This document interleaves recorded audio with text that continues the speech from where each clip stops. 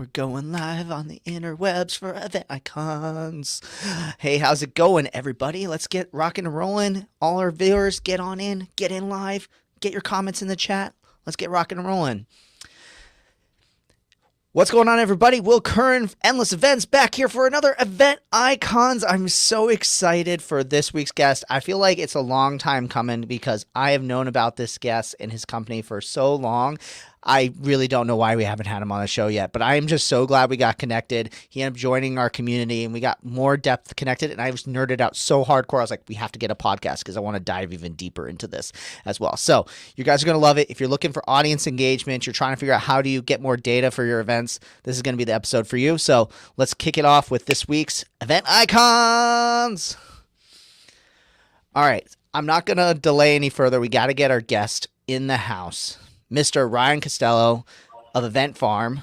Also, just so legendary because Ryan, I've known about your company for so long because Brant used to be a host of Gather Geeks podcast, Biz Bash podcast, and used to sponsor it. So I used to hear your company's name all the time. And I was like, what? Oh my gosh, you guys are doing all these big brands and everything like that. And when you reached out to me for us to connect and nerd out on some audience engagement data, I was just like, yeah, of course. You're like legendary. And I don't know why I haven't had you on the podcast. So this is the formal apology from everybody at Event Icons for why you haven't been on the podcast yet. But thanks so much for joining us here today. Thank you, Will. Yeah, and right back at you. Your name is growing pretty prolific in the events industry. So I'm glad that, look, you get all the credit. You started that community and prompted me to join, and that's how we reconnected.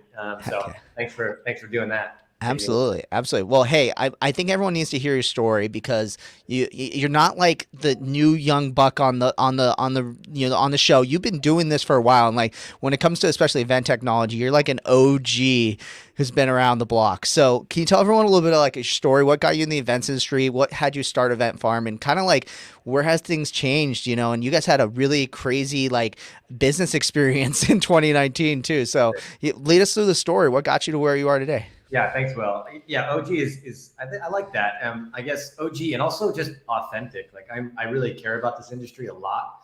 I'm not just hawking tech at it. I'm really inspired by the challenge of engaging humans at events and bringing humans together.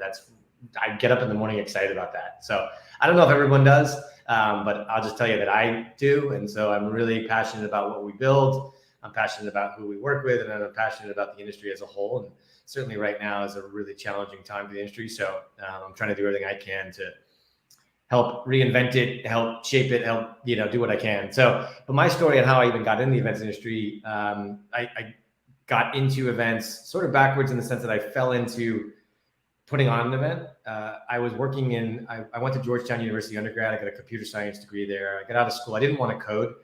I liked the challenge of software, but I wasn't just a great engineer, to be honest. So I didn't land in tech quickly out of school. I actually landed in politics. I was up on Capitol Hill doing lobbying of all things and learning the political industry.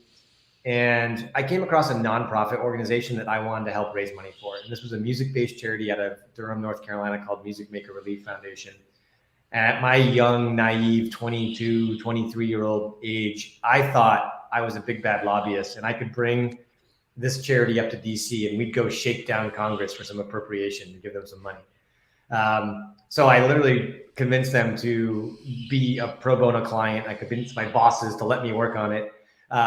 So I'd bring this charity up to DC and again, go talk to senators and congressmen and see if they would write us a check, which is so ridiculous. And thankfully, the government doesn't work that way. So I failed at that.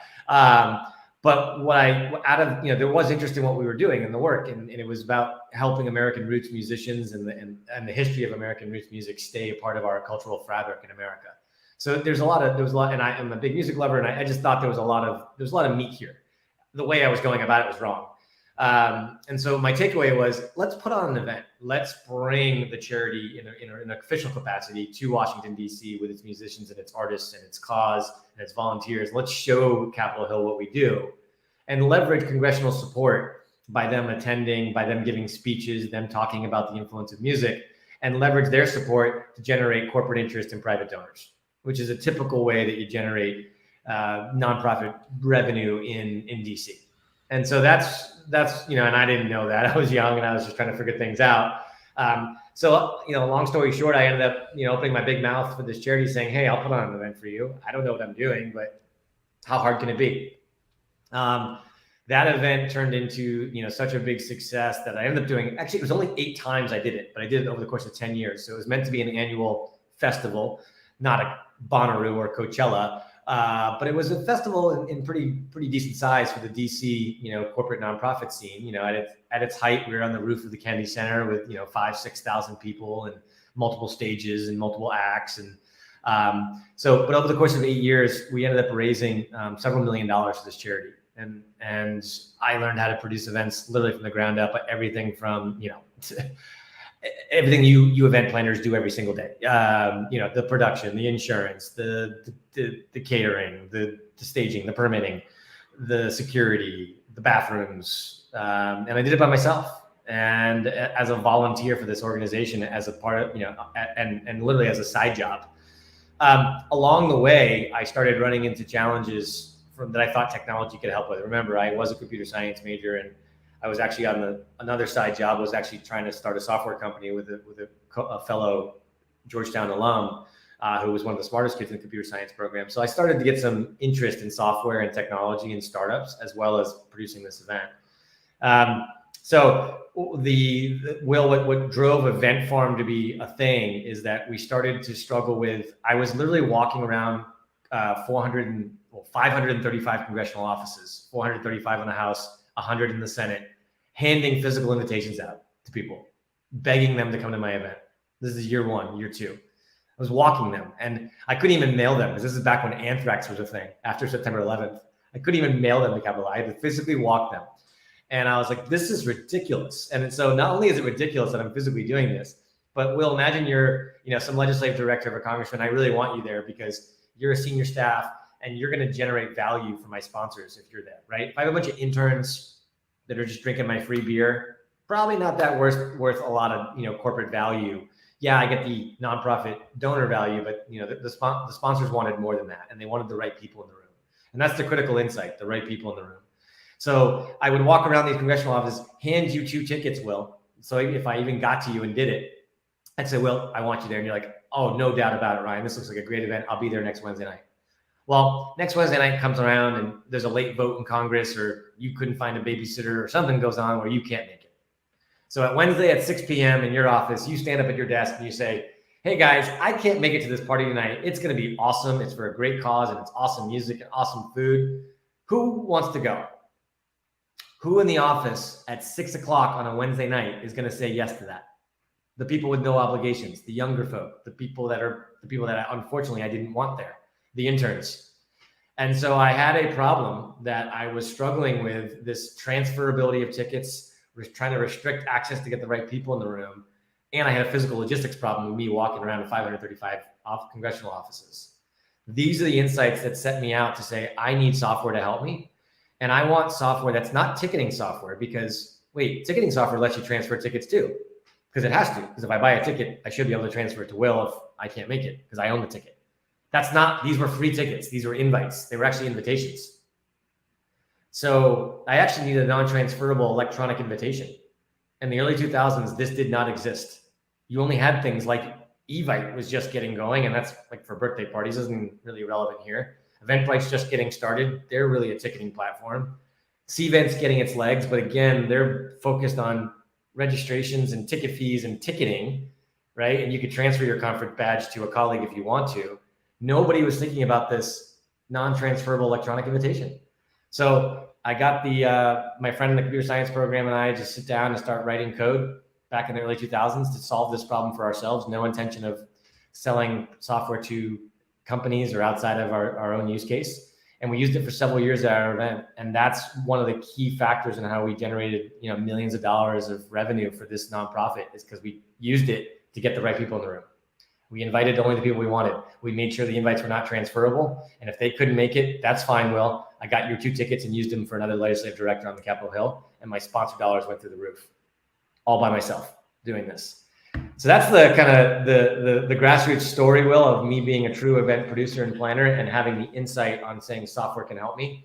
And really what the insight to market was, which was right people in the room, targeting people are currency, and I don't want to make them objects, but the right people in the room make a better event.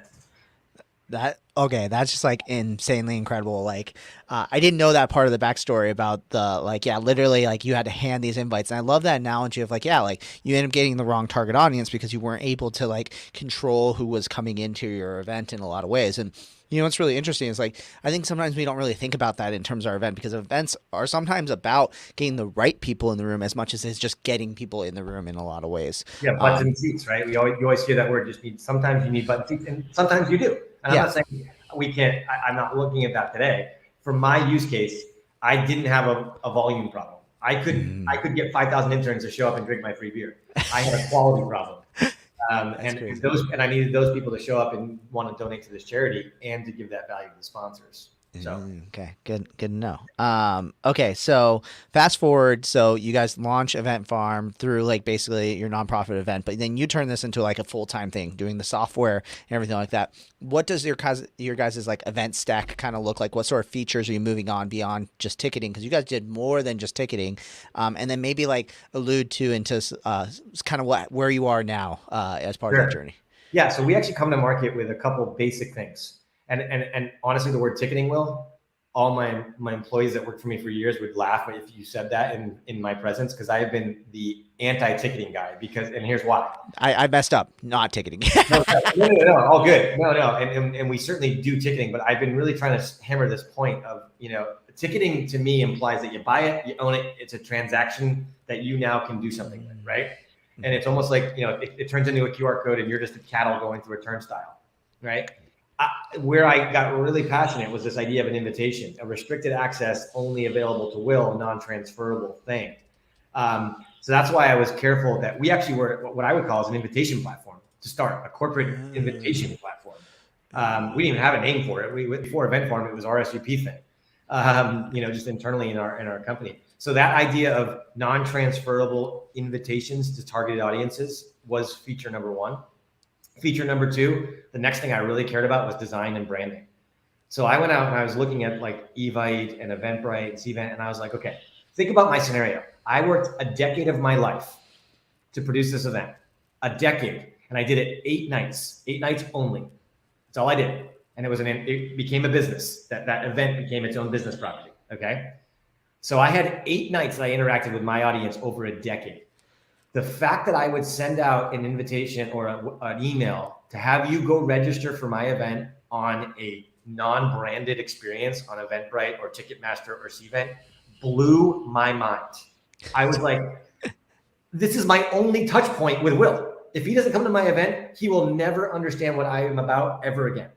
That experience of me sending the email and him going to check out what this is about, what the agenda is, what these sets are, who the artists are, what this cause is all about, has to be beautiful. It has to be on brand. It has to be on message, or I've lost my opportunity.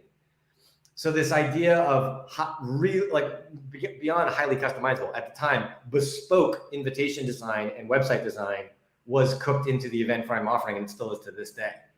And and I'm a big design guy. And I think that event brands and event design is a critical part of engagement.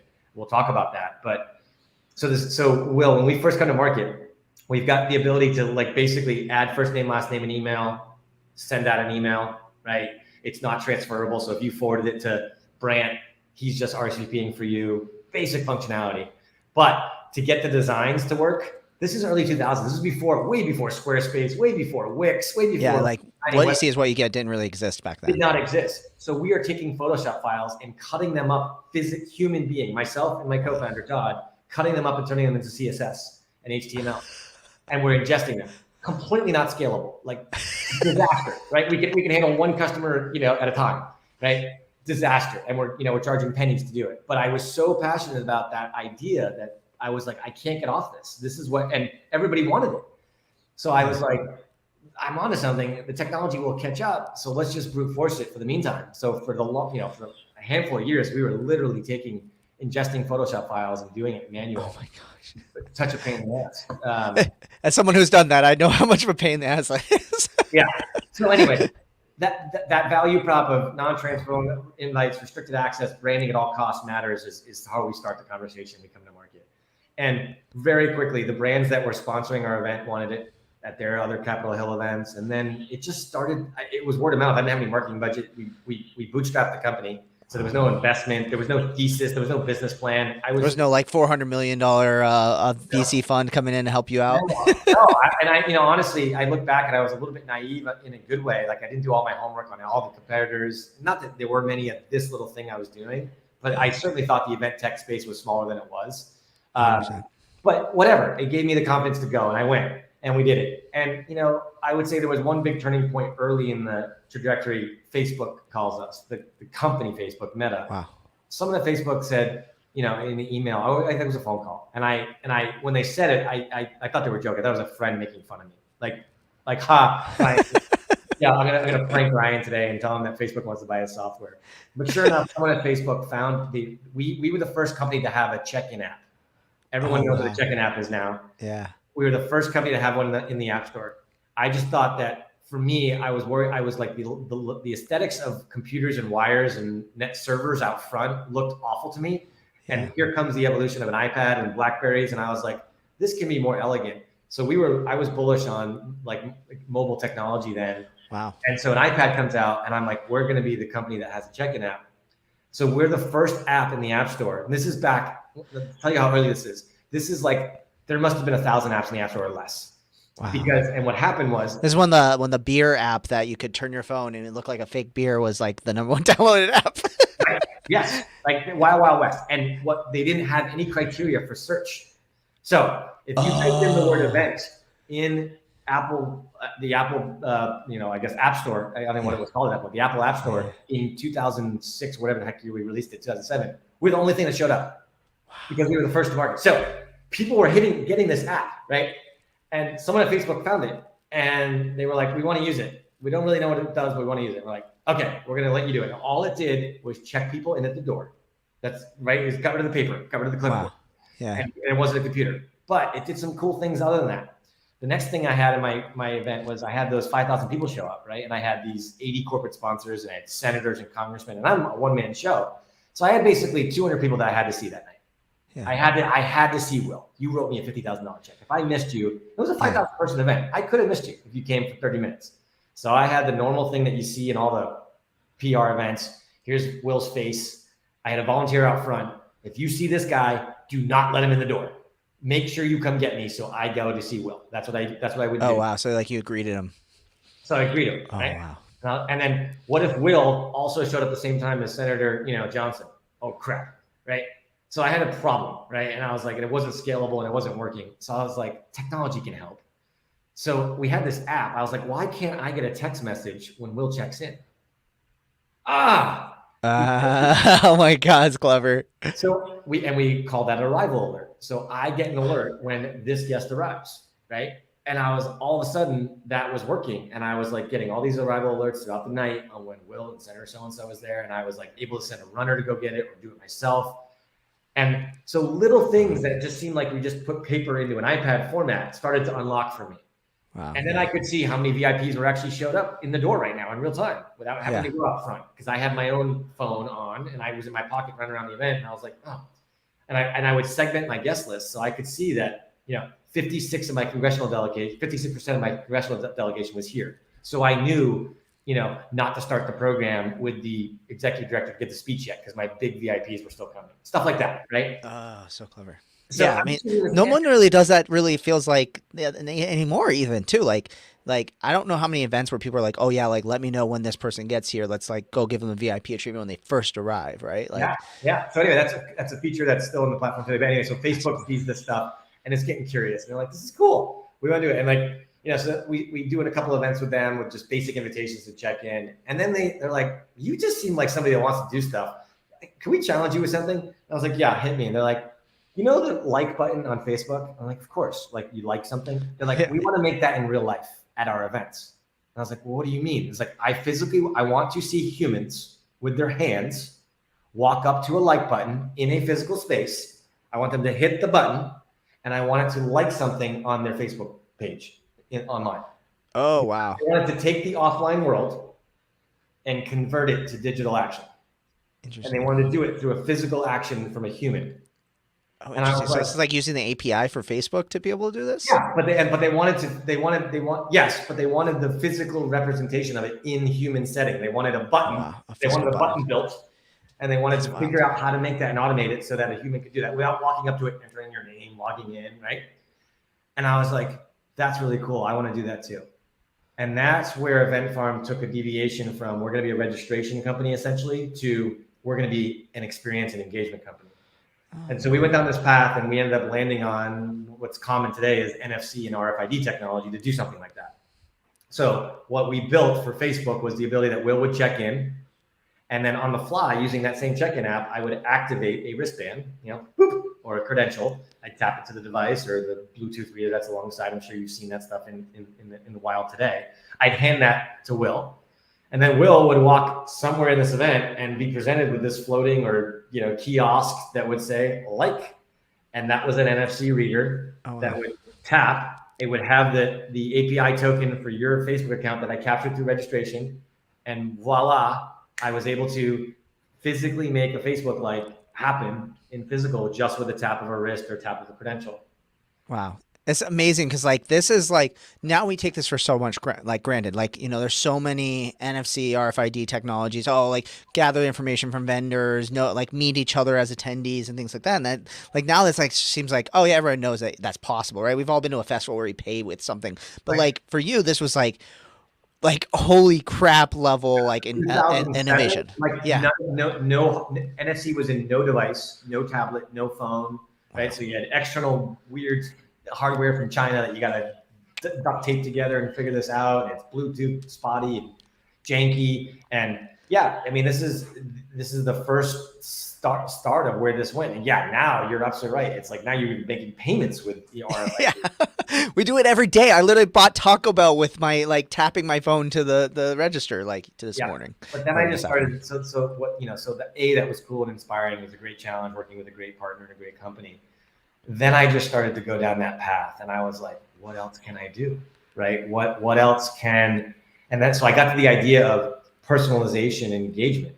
If I know who Will is, meaning if this technology can know what this wristband is about Will, if I know he's a guy that's from Arizona, and I know his first name, his last name, his email, his cell phone number, his interest, I could serve up a really engaging experience by the things he interacts with. And I could customize those experiences. He could walk into a room and I could change the entire room. Yeah. I could change the video that he's watching. I could change the colors to his favorite color. I could probably even notify the bar that he walked in and show up with his favorite cocktail. And I've done all those things. Cool. And so that's where I got interested in this idea of if I can use technology to better serve, not to spoof, not to scrape data from you, not to and this is where we're getting with engagement and data. If I can serve you better because I know you, you're going to be excited to give me more data, which is basically your behavior.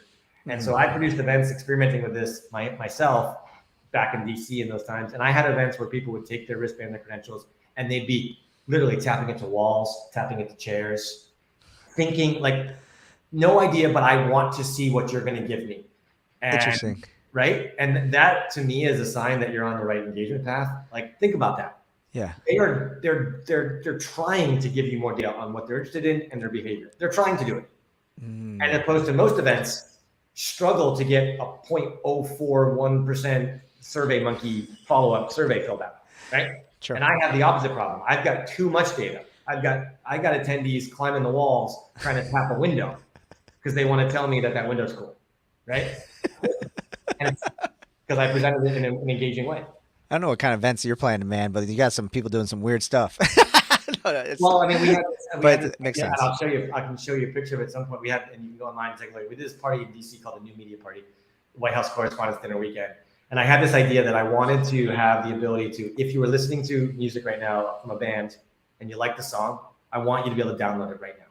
That sounds like a really cool thing to me. Yeah, it sounds like super straightforward. Yeah. Okay, I want that. Give me that, right? Yeah. And not like go take out your phone, go to Spotify, like go to the website and download MP3. Like, give me this thing now, event. Like, yeah. So we built this thing called a content globe. It was a sphere that we embedded the tablet in, and we hung them on we hung 3 or 4 of them on a truss over the crowd, and I had them on movers so I could move them left and right and up and down. And I moved them over the crowd that was most engaged, right? oh my God, I love this song. And I would lower the ball in front of this crowd, like about head high. And everyone would be like, what the hell is this thing, right? It was a big, jumbo globe. And on it, on the screen, it says, dig the music, you like the song, tap your wristband. So people are like, dink. And we send them a text with the MP3. Oh, that's clever. Right? And it was like the presentation, like, could I email them the song tomorrow being like, you like the band? Here's the song. Yeah, here's a playlist. Or Sure. But the way I did it created so much hype and so much anticipation and so much engagement that it was overwhelming success. So these are great. So when you do stuff like that, that's when you get behavior like I'm talking about, where you're like, what other crazy thing is going to come out of the walls? Yeah. Now they're like, this globe just came down and gave me a song. Now, like, what else can I get from it? Right. Is it good? Can I transition towards talking about the audience engagement and attendee metrics? So, and remind me, there's so much more. I almost feel like this is gonna be a part 2 episode already. So Ryan, like, you guys have set down this path of engagement, and you've obviously figured out that, like, hey, using wristbands and things like that, like, drove a ton of engagement. And obviously engagement has changed so much since 2007. You guys have been like the pioneers as part of it.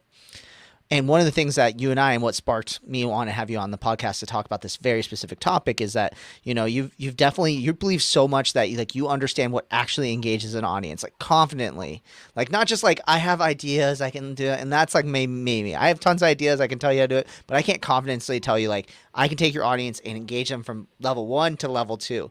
But you do know that you can do that. And that was one thing I was like, okay, this is really cool. And like, so much to the point where you're like, I guarantee you I can increase your attendee engagement. So I wanted to start bringing into like the conversation about how so many planners are stuck right now saying, how do I increase attendee engagement? Especially now that they've gone from in-person to like virtual to now there's hybrid and then back to in-person. How do you think, well, first of all, like, what sort of things do you think really move the lever when it comes to attendee engagement? What do you think like really matters when it comes to attendee engagement, and what like really, moves the needle when it comes to this idea of engagement? So there's part art and part science.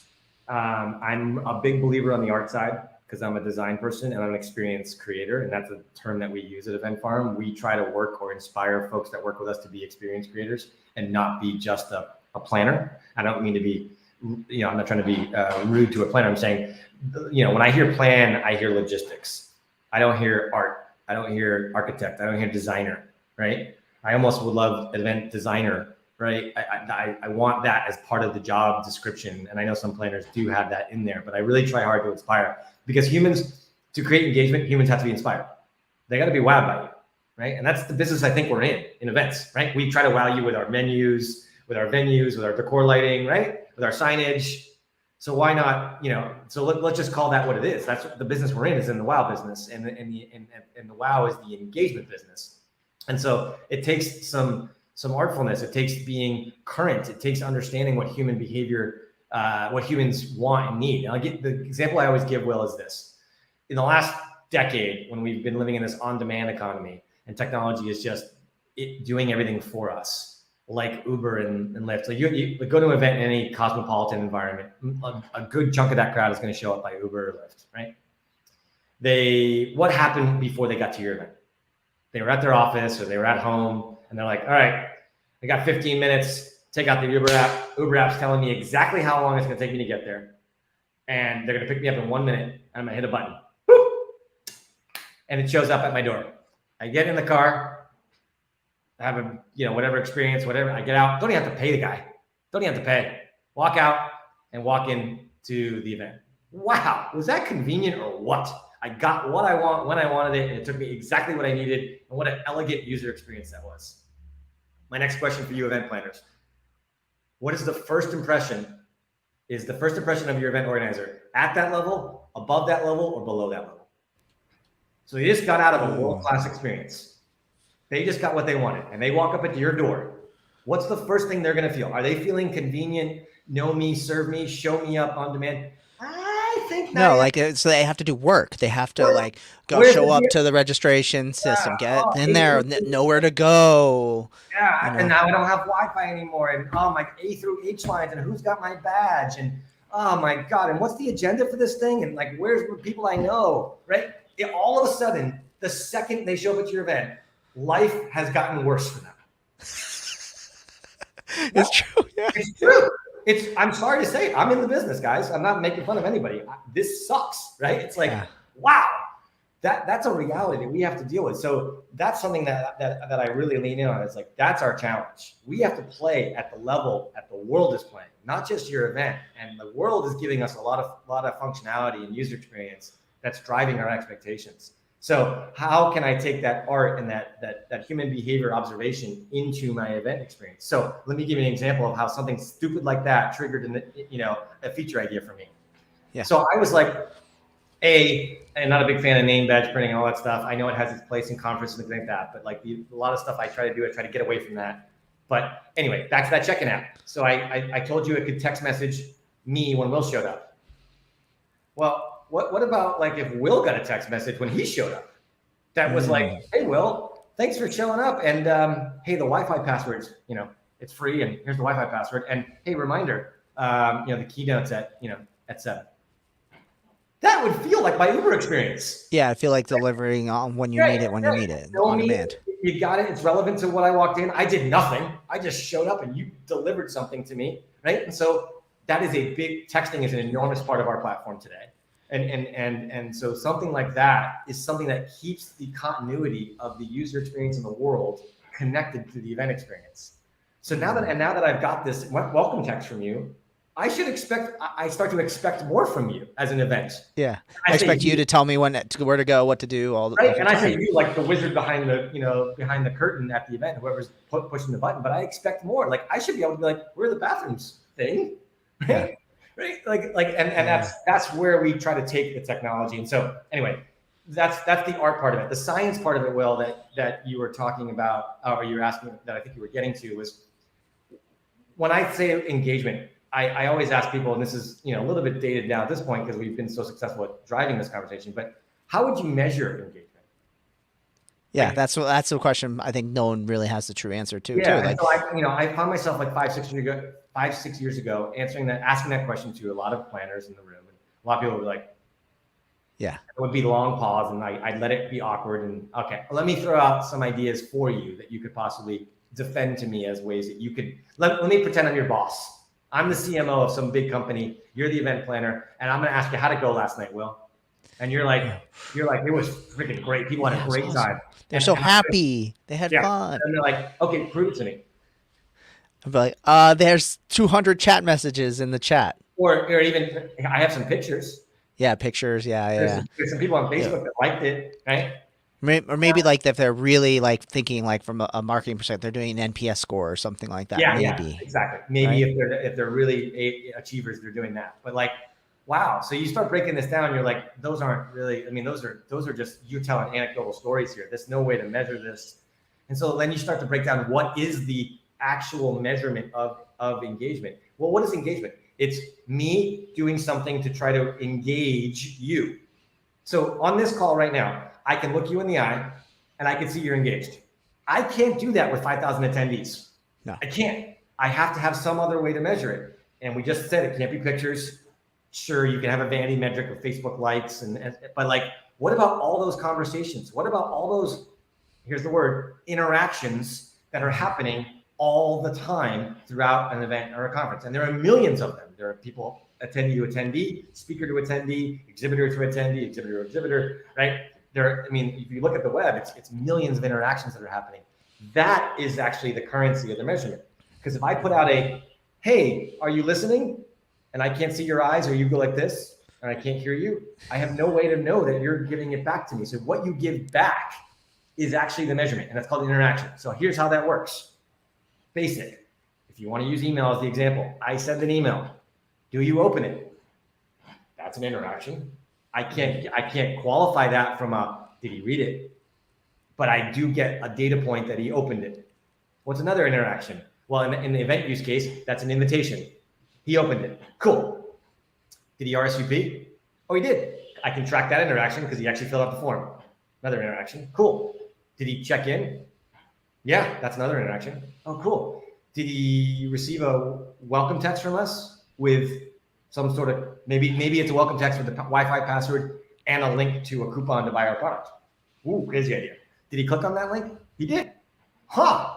So we'll just before he even got his drink, Will gave us 4 interactions. That's starting to, and he showed up. Starting to seem like Will might be interested in what we're saying, right? We gave him a wristband, right? Yeah, we did. What did he do with it? Oh, he went to session 7, 12, 14, and 18. Huh. So he didn't go to session 27, 29, and 40, did he? That's interesting. And then at session 17, we had this ability for him to download the content on the way out by tapping his wristband. Did he do that? He did. Right? So now I've gotten, just in this example, not only am I walking you through, I'm counting these interactions to get a count. So now I've got Will, who's got 17 interactions. I'm also giving you a layer of insights that you would put over this on a business perspective to say how likely you are to get the outcome that I want you to have. In the business use case, we call this lead scoring. This is what marketers do all day long, right? We do lead scoring. 100%. Will read the blog. Will went to our website. Will requested a demo. Somebody better call him, right? But then we do it at events, which are way more powerful, way more impactful, and we do none of this. We have way more interactions too. Right. Way more interactions.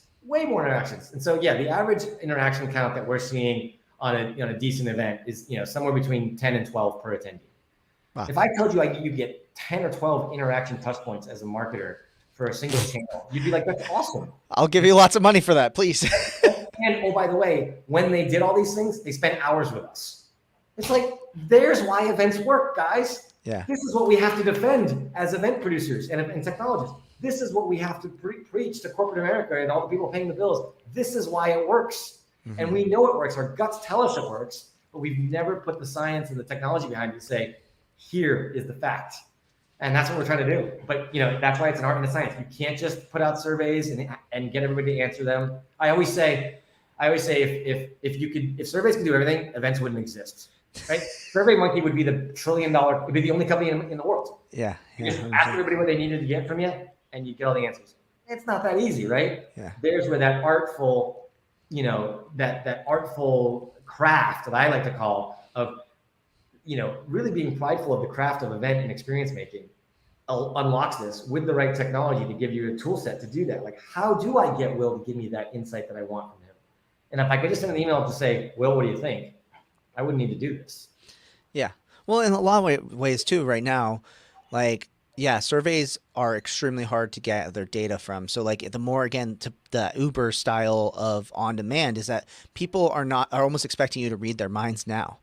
They know when you're unhappy. I think a lot of event technologies, when I'm thinking about it myself as a customer, do this through leading indicators too, right? They do things the sign, when he signed up, did he set up his profile? Has he attended a webinar? All these things like that. And, they can tell when someone has signed up for a trial for 30 days, if they haven't engaged and you actually use the trial, they know that they're at risk of not getting that person as a customer. Or if they became a customer, if they don't get fully onboarded and get, all these things like that, they know that there's a chance they're not going to renew on here too. But it seems like on an event professional standpoint, we don't do that. We kind of do our event, we put on the best event we can, and we hope to the best that they come back next year.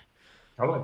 Yeah. I mean, and what I'm talking about, so as an example for our own company, when we do virtual or in-person events, we use this whole machine, we eat our own dog food, and everything we're doing goes right back into Salesforce. So I've got this log and activity, and we're scoring it based on that. So, and then over time, the idea here is that over time, your organization use a tool set like ours or others, that you would get smarter. You would start to realize which interactions are more valuable to your business. So if attendee did X, that is over the last 5 years, we've seen that if attendees do X, they become a member, or they buy products, or they renew, or whatever it is, right? And you can do that. And it's exactly how lead scoring works. So you start to use these throttles to decide which interactions are most valuable to you, which you want to drive. And then it becomes a little tweaking machine. You're like, how do I get more of those interactions? What interactions do you think are that most people aren't thinking of that they should be thinking about trying to measure in some sort of way. So yeah, like because I think people think about obvious things like yeah, open rate emails. Probably they think about they probably think about number of times they've met other people or like wristbands bumped each other and met Yeah. each other. What stuff like do you think is the most impactful out of those interactions? Well, I think more like, so those seem to me like generic. If I'm the event organizer, that's me just making sure people are doing things. That's what that sounds like to me.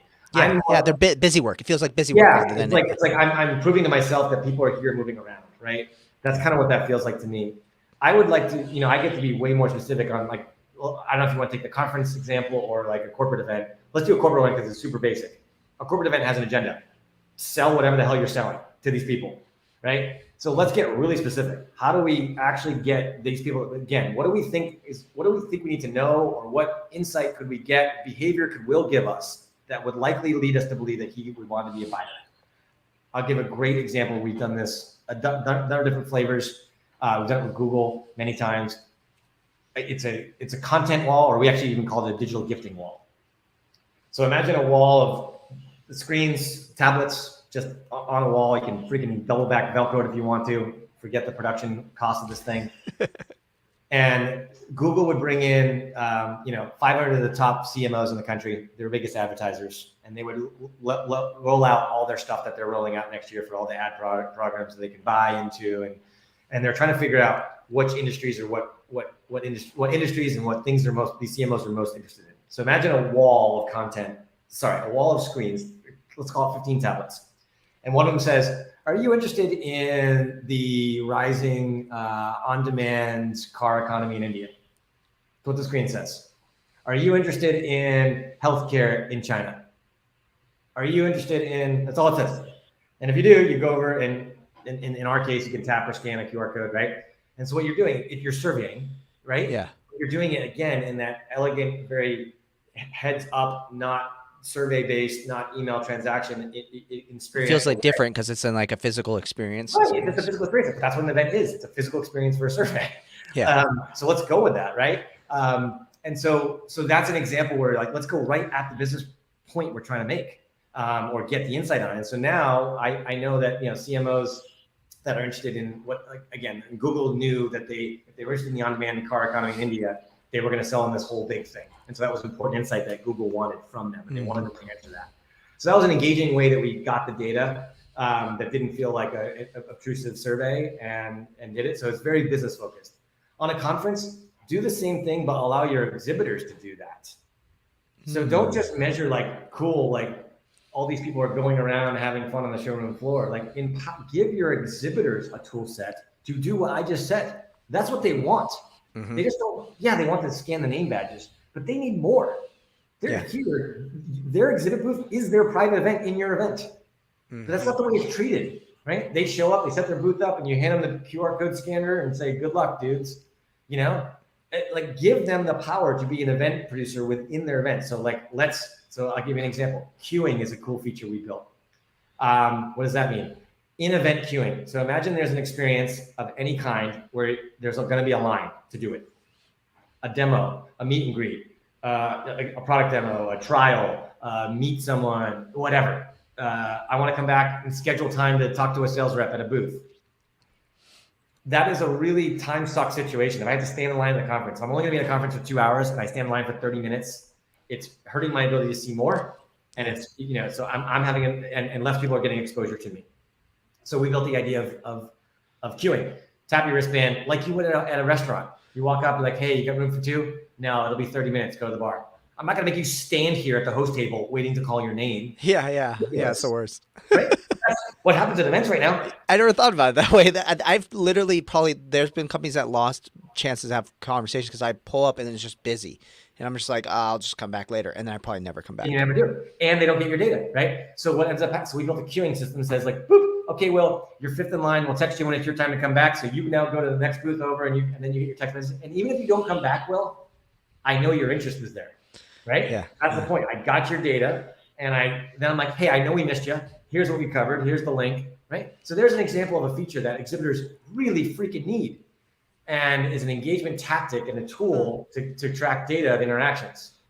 Yeah, I never thought about it that way. Like it, I think like one of the biggest challenges right now with exhibitors specifically and the engagement and the data around them is that for a lot of people it's scanning the name badge or it's tap here to get some more information. But then like what the fear is of the attendee is like I don't want to get spammed with email and like I might be curious. I've heard your name before and that's the thing I think is like exhibit hall booths have become so antagonistic in some ways that you're like almost afraid to go in them because you aren't ready for sales conversations sometimes. Yeah. Like you just might want to, learn more or something like that. And That's I almost another see like thing. the queuing feature being a way to be like, it's like if there's a way for an exhibitor not necessarily to get the person's email address to then market to, but like the ability to know like, hey, I'm going to prioritize this person too. Yeah, I think it's an interesting place to I think to be in, and but again, to back to the original point, that's for me probably trying to solve a different issue of like how do exhibitors work in a space where no one wants to talk to exhibitors, but the fact that you can use it as a data metric is like huge. Like someone's willing to say, hey, yeah, I'll queue up to talk to an exhibitor, like add that to your score, and boom, like that allows you to tell someone's truly engaged inside Yeah. of there. So these are just examples of like how you blend that art and that science and the tool set of technology to do this stuff. And what we typically do with a lot of our customers is like we talk through these scenarios and then we talk about examples. It's not, these are tools. They can Yeah. be used any different way. It's not like we do have an exhibitor experience application that has a bunch of tools in it. And you can unlock queuing, you can unlock a photography app. Like, why can't I get pictures taken? You get the photo booth at the conference, but the exhibitors don't get any ability to brand themselves and do that. So give them a photo filter that they can get some brand value. Like I said, queuing, product pickup. Everybody's giving away stuff, but no one's tracking who's taking what and what it means. They're just throwing like it's freaking trick or treat, like whatever you want. What if you actually started to use that as a data insight? We worked with BeautyCon as a great example. All these beauty brands were giving out products, but they really wanted to know. It's a female-based audience, obviously. We have 30,000 women coming through the experience. Revlon wants to know if Sarah wants the red lipstick or the purple lipstick. They want to know that because they want to market to you tomorrow. Yeah. Right? If I'm just like grab a lipstick and go, you've lost your whole point of this. Yeah, sure. Yeah. Maybe brand awareness. Yeah, but yeah, it's right. a con. And so we did product pickup in these booths. So like you would go to the purple lipstick line, you'd get purple lipstick, you try it on, we take a picture of you. It would go out to social if you wanted to promote it. You'd receive a text message with 25% off to get the purple lipstick at your house right now. Right? That's a really compelling way to drive business at an event that is exactly what the attendee is there for, right? As opposed to take a sample, go to Revlon.com, good luck. Yeah, hope to God this works. There's no connection to the action and the actual marketing activity that you're doing, right? Or the results that you're looking to ultimately get, which is actually buy the product on there too. So it's really interesting to me. So I feel like this helps solve like a big challenge that everybody has, which is that like everyone's looking for like what's the actual metric they should use to know that their event was successful and things like that, and what was the metric that they should use for audience engagement, and why so many people get trapped up with things like chat tools and polling and games because you can measure it, but in reality, like I think what you're proving as a point is that it's not one single thing. It's so many little small things. And what you need to do is do the thing that none of us wanted to do when we were in grade school, which is do math. Yeah. And find the math equation of the points. And what I found, at least in my experience, and I think that you're saying this too, is that like this is where the art and science comes in with lead scoring and in this case attendee scoring, is that a lot of times you put it together and you build like a hypothesis. You go, okay, they like, and I'll keep using lead scoring as an example. They visited a web page. I'll give them 1 point. If they say their job title is that they are a student, negative 10 points. And like you end up building all these things together inside your lead scoring and you put it together and you go, yep, this is totally 100% it. This is my score. And you get about like a couple months in and you start like looking at this content and you go, why do they have such a high score? And be like, they must be really good. Click on it and go, oh, they aren't that good. They're a bad lead. They're not that great. So I think what you're proving in point is like the science part is the math of figuring out the equation and the point adding, but the art is that you constantly have to keep going back and revising it and changing it. Does that sound about right? And you're not going to get the data unless you're artful in how you try to get the data from the people. And then you need to get it. Yeah, that's the experience part, right? If you just sit there and think that you're gonna this is the part that boils my blood. The people that say, do you have RFID tracking systems? And I'm like, what do you mean by that? I want to put up antennas and monitor where people go. And I was like, no, and I never will. You're calling the wrong person, and never call me again. Like, why are you so angry about this? Because that's not okay, right? That's not data that has any value. Like, you get a heat map, and what do you do with it? Yeah, like what? Because you want to know, like, I mean, maybe if you want to like optimize your bathroom lines, like, but if you're trying to tell me that you're trying to get some sort of business insight out of that, like, false positives, like you are just not getting the right thing. You need people to opt in with their own behavior to your experience to make that a valid data point. If you're not, this whole math that we're talking about is crap, right? Then it has no validity. To your point, you know, you just had the wrong people doing things that you're tracking the wrong things. So it's false positives. And so a lot of event planners get stuck on, I got all this data and it looks like I'm doing a great job, but it's false positive data. Yeah, I got data, but is the data actually valuable in there that too? But I'm saying that, or they take it as, I got engagement because I saw people. I got data on them, so therefore I got engagement. Right, exactly. And I'm like, look, you know, back to how the company started. I care about the right people in the room. I care about, right. So it's about quality and who, not just volume. It's not butts and seats. The student, the intern, or the student in your case, wrecked my business. Yeah. Right. So I got to worry about that. So all these things add up. It's like, I have to get Will and only Will there. Once he's there, I have to engage the ever living hell out of him. And I have to do it in a really compelling way because he's on Uber and he's on fucking Netflix and I got to get him awesome. And then he's got to give me that data and then I got to sell to him. That's an incredibly awesome challenge in my eyes. It's cool. It's exciting. Totally. Well, I think we'll have to do a part 2 for sure episode of what you do to actually get that score to be higher too. Now that people understand the idea of like, attendee scoring and the idea of building your equation that leads to your attendee score, we're gonna have to, I want to take you up on your bet that you can increase anybody's engagement score on it for sure. Also, I brought it up prematurely, but shout outs to Chance Carpenter in the audience who said, great conversation, guys. We appreciate you, Chance, for listening as well. We love our listeners. So got 2 more questions for you because I probably could make this an hour and a half long episode, but I don't know if anyone's going to have time to do an hour and a half long episode. But just for you and me, Will. Yeah. Just you and me. So last 2 questions I ask all of our guests. So it's first of all, like, what are your top resources that you go to? You're like wicked smart, Ryan. So like, where do you go to learn things and stay on top of things and, stay on top of the know and, making your events better? Yeah. So again, my thing is that I think event people are human behavior people. So a lot of my resources are actually not like, I certainly get the event communities and the event rags, but you probably already know all those. That's not where I think I add value to this conversation. I get my inspiration on observing what's happening in the world. Like I was saying, like, wow, are humans doing a different thing now? Are humans, more likely or less likely to install an app? Are they actually texting more? Is my mother actually starting to text? She's 70. That's interesting, right? That's where I'm getting that's how I'm putting this piece together, how technology and human behavior are coming together. Like what's becoming popular in society is how I think about it. So, Spotify, yeah, looks like, everyone I know is on Spotify. Okay, what does that tell me about? Okay, it's in my back of my mind. Like, so I kind of glue it together, if that makes sense, Will. Yeah, so it's not one area, but I do a lot of reading. LinkedIn is a great resource for me, not just for connections, but just consuming like the news. So I like to see what new products are coming out. Product Hunt is an example. I am a technology product guy, but that just tells you like what other people are thinking is cool and what problems they're trying to solve in new ways, right? So that's an interesting point for me. It's like, it's not an event technology that I'm looking at. I'm looking at somebody that wants to, crack a new accounting software, but why did they want to attack accounting software? What was it about the problem that they were going after? And what's their approach to it that might be different? Is it they want to go all mobile? Is it they want to go, and then I take that insight and bring it back to my event or my technology. Oh yeah. I love that. I will second, like, get out in the world, and like a lot of ideas don't come from the typical resource you have. And then also shouts to Product Hunt for sure too. Like that newsletter is the only newsletter over the last probably 10 years that I open up every single one. Like it's wild. So I'm definitely there with you on it.